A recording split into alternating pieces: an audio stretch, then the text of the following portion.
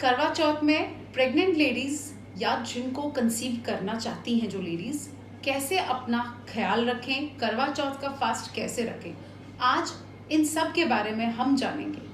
My self doctor Sheetal, medical officer Felix hospital, और आज हमारे साथ हमारे डॉक्टर लाइव में है doctor Sangeeta Sharma, senior gynaecologist Felix hospital. Welcome ma'am. Welcome ma'am, happy करवा चौथ सबसे पहले। आज हम डॉक्टर साहब से जानेंगे कि मैम फास्ट करवा चौथ का क्या प्रेग्नेंट लेडीज को रखना चाहिए या नहीं रखना चाहिए, पहले तो ये जानेंगे। सबसे पहले तो मैं सभी को करवा चौथ की बहुत बहुत बधाई देना चाहूँगी। उसके बाद में देखिए, आइडियली अगर पूछेंगे तो करवा चौथ का व्रत नहीं रखना चाहिए, क्योंकि करवा चौथ तो अगले साल फिर आ जाएगा। लेकिन ये प्रेगनेंसी आपके लिए जितनी इम्पॉर्टेंट है और जितनी आपके लिए फ्रूटफुल होनी चाहिए, वो उसको देखते हुए करवा चौथ का व्रत हमेशा अवॉइड करना चाहिए। बट हमारे रिचुअल्स ऐसे हैं और हमारी मान्यताएं ऐसी हैं कि हम नहीं छोड़ सकते। तो अगर हमें रखना है तो हमेशा अपने गायनेकोलॉजिस्ट की सलाह के साथ ही रखें, और किन्हें नहीं रखना है ये भी पता होना चाहिए। और अगर आप रख रहे हैं तो क्या प्रिकॉशंस आपको लेनी है ये ज़रूर अपने गायनेकोलॉजिस्ट से पता करें। मैम, कैसे इफेक्ट करता है ये फास्टिंग अर्ली प्रेगनेंसी में? देखिए, जब आप व्रत रखते हैं तो नॉर्मली हमारा करवा चौथ का व्रत निर्जला व्रत रखा जाता है, जिसमें आप पूरे दिन पानी भी नहीं पीते हैं, जिसकी वजह से आपकी बॉडी में डिहाइड्रेशन हो जाता है, पानी की कमी हो जाती है। जब पानी की कमी होती है तो बच्चे को सर्कुलेशन भी थोड़ा कम पहुंचता है, जिससे हमारा अबॉर्शन होने के खतरे भी हो जाते हैं। दूसरी चीज़ जो हमारे साथ प्रॉब्लम आती है डिहाइड्रेशन में, अगर हमें चक्कर आते हैं, हम गिरते हैं, तो उसमें भी बच्चे को भी और साथ में हमें दोनों को परेशानी हो सकती है। बिकॉज़ ये नॉर्मल सिचुएशन नहीं है जिसमें अगर एक दिन पानी नहीं पिया तो कोई प्रॉब्लम नहीं होगी। दूसरा, बार बार आपको इन्फेक्शन होने के चांसेस होते हैं कि यूरिन की इन्फेक्शन हो जाएगी आपको अगर आप पानी कम पी रहे हैं, जिसकी वजह से भी यूट्रस पे प्रेशर पड़ेगा तो अबॉर्शन के चांसेस और बढ़ जाते हैं।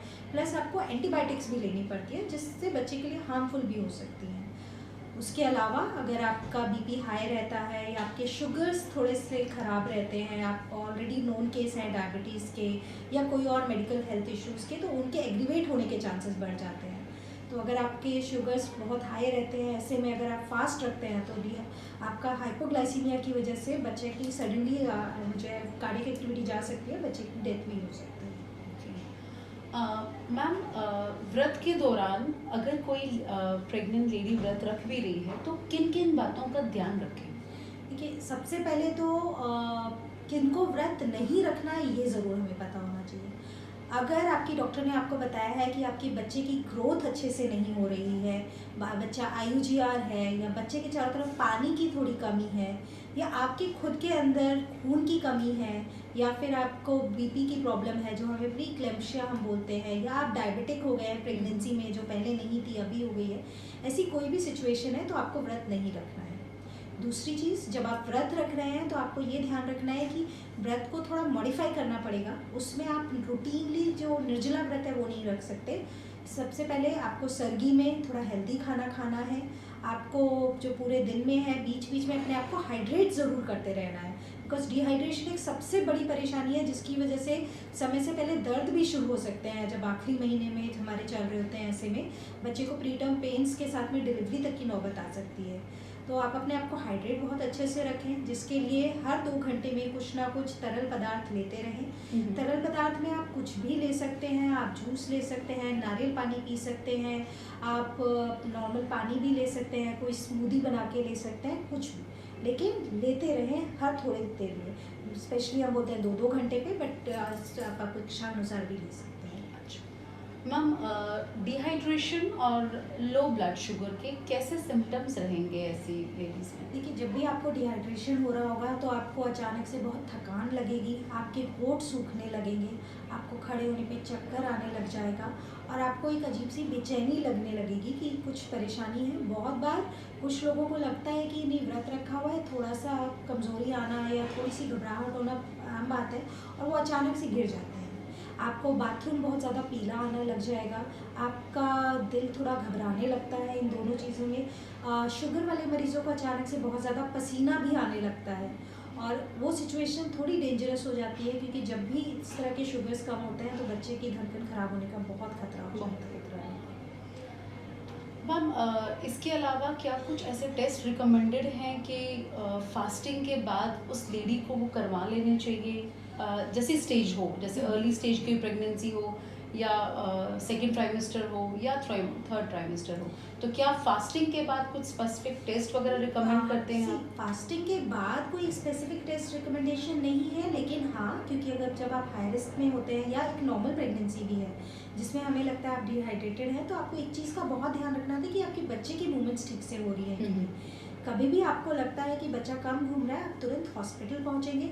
अगर बच्चा शुरू के महीनों में है तब तो हमें अल्ट्रासाउंड हमें ज़रूर करा के देखना पड़ता है कि हमारे बच्चे की धड़कन वगैरह ठीक है कि नहीं।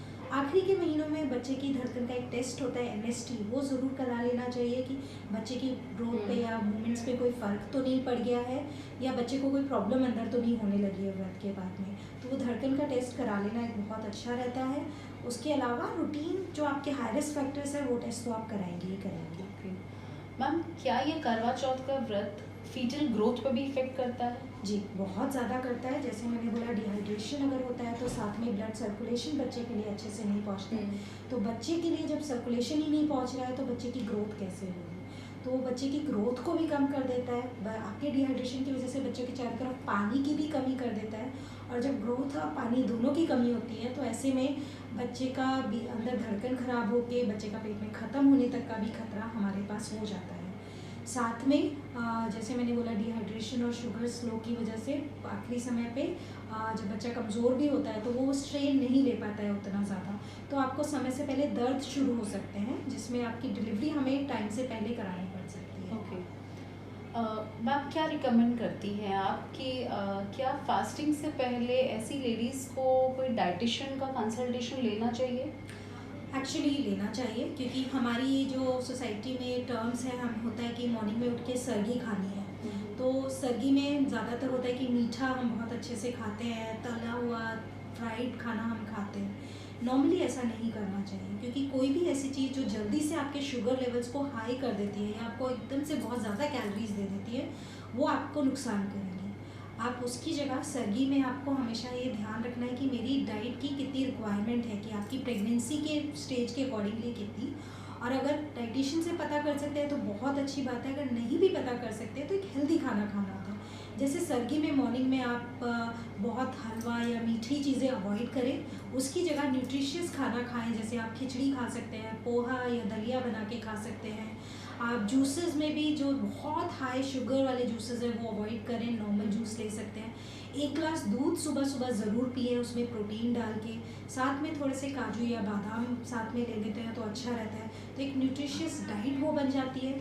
उसके अलावा भी प्रेगनेंसी में हम बोलते हैं कि प्रेगनेंसी में आप निर्जला व्रत क्योंकि नहीं रख रहे हैं तो तरल पदार्थ लेने के अलावा आपको खाने में भी हेल्दी खाना थोड़ा थोड़ा खाना होता है, जिसमें हम ये नहीं कहते कि आप रोटी सब्ज़ी खाइए जैसे बाकी नॉर्मल व्रत होते हैं उनकी तरह। आप थोड़े से फ्रूट्स ले सकते हैं, आप थोड़ी सैलड बना के खा सकते हैं, तो वो भी बीच बीच में थोड़ा लेते रहें ताकि आपको हाइड्रेशन और एनर्जी दोनों मिलती रहे, क्योंकि बच्चा भी आपके लिए उतना ही इम्पोर्टेंट है जितना हस्बैंड है। और बच्चे को अगर स्वस्थ मिलेगा तो आगे तो आगे भी अच्छी रहेगी।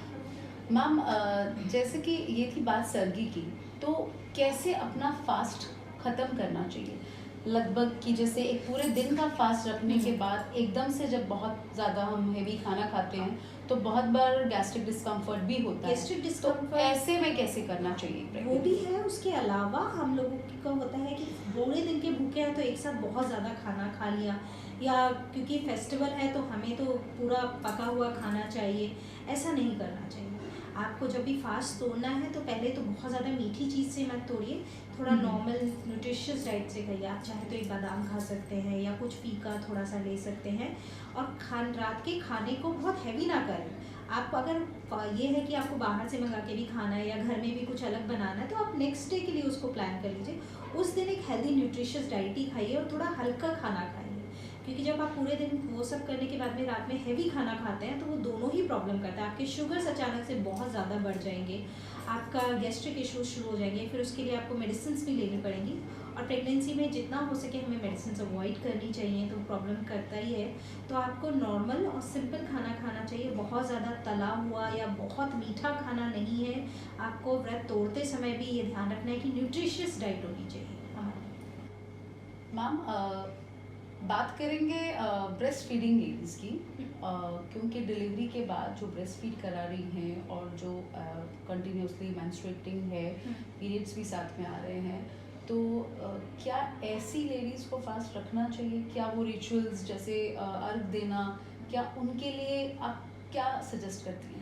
देखिए, फर्स्ट थिंग तो जैसे मैंने बोला कि प्रेग्नेंट लेडीज़ को आइडियली पूछोगे तो व्रत नहीं रखना चाहिए, तो ब्रेस्ट फीडिंग मदर्स को भी व्रत नहीं रखना चाहिए, क्योंकि उनकी भी कैलोरी रिक्वायरमेंट बहुत ज़्यादा होती है और बच्चे को फीड करा रही हैं, उन्हें भी एनर्जी की ज़रूरत है। और अगर आप पूरे दिन डिहाइड्रेटेड रहेंगी और खाना भी नहीं खाएंगी, एनर्जी नहीं होगी, तो आपकी मिल्क प्रोडक्शन भी डिक्रीज हो जाएगी। बट फिर भी क्योंकि हमारे रिचुअल्स के हिसाब से अगर आपका बहुत मन है, आप व्रत रखना चाहते हैं, तो आप व्रत रख सकते हैं। लेकिन उसमें ध्यान वही रखना है कि मॉर्निंग में सर्गी, जैसे मैंने बताया, प्रेग्नेंट्स में आप खाते टाइम पे कुछ हल्का खाना खाएं, लेकिन न्यूट्रिशियस खाएं जो आपको एनर्जी ज़्यादा दे। प्रोटीन है, आप पनीर ज़रूर अपने उसमें सर्गी में इंक्लूड करें instead of high sugar fruits की जगह पे। वो काफ़ी टाइम तक आप पनीर का पराठा बना के खा सकते हैं, आप दही ले सकते हैं अगर आपको दूध नहीं पसंद आ रहा है तो। बट आइडियली मैं कहूँगी 1 गिलास दूध तो ज़रूर पिए। पूरे दिन में भी 2-2 घंटे पे हाइड्रेट के साथ में फ्रूट्स या सैलड ज़रूर खाते रहें, क्योंकि अगर आप नहीं खाएंगे तो बच्चे को आप एनर्जी नहीं दे पाएंगे और आप शायद भूखे रह लेंगे, बच्चा नहीं रह पाएगा और फिर आपका व्रत पूरा ख़राब ही हो जाएगा।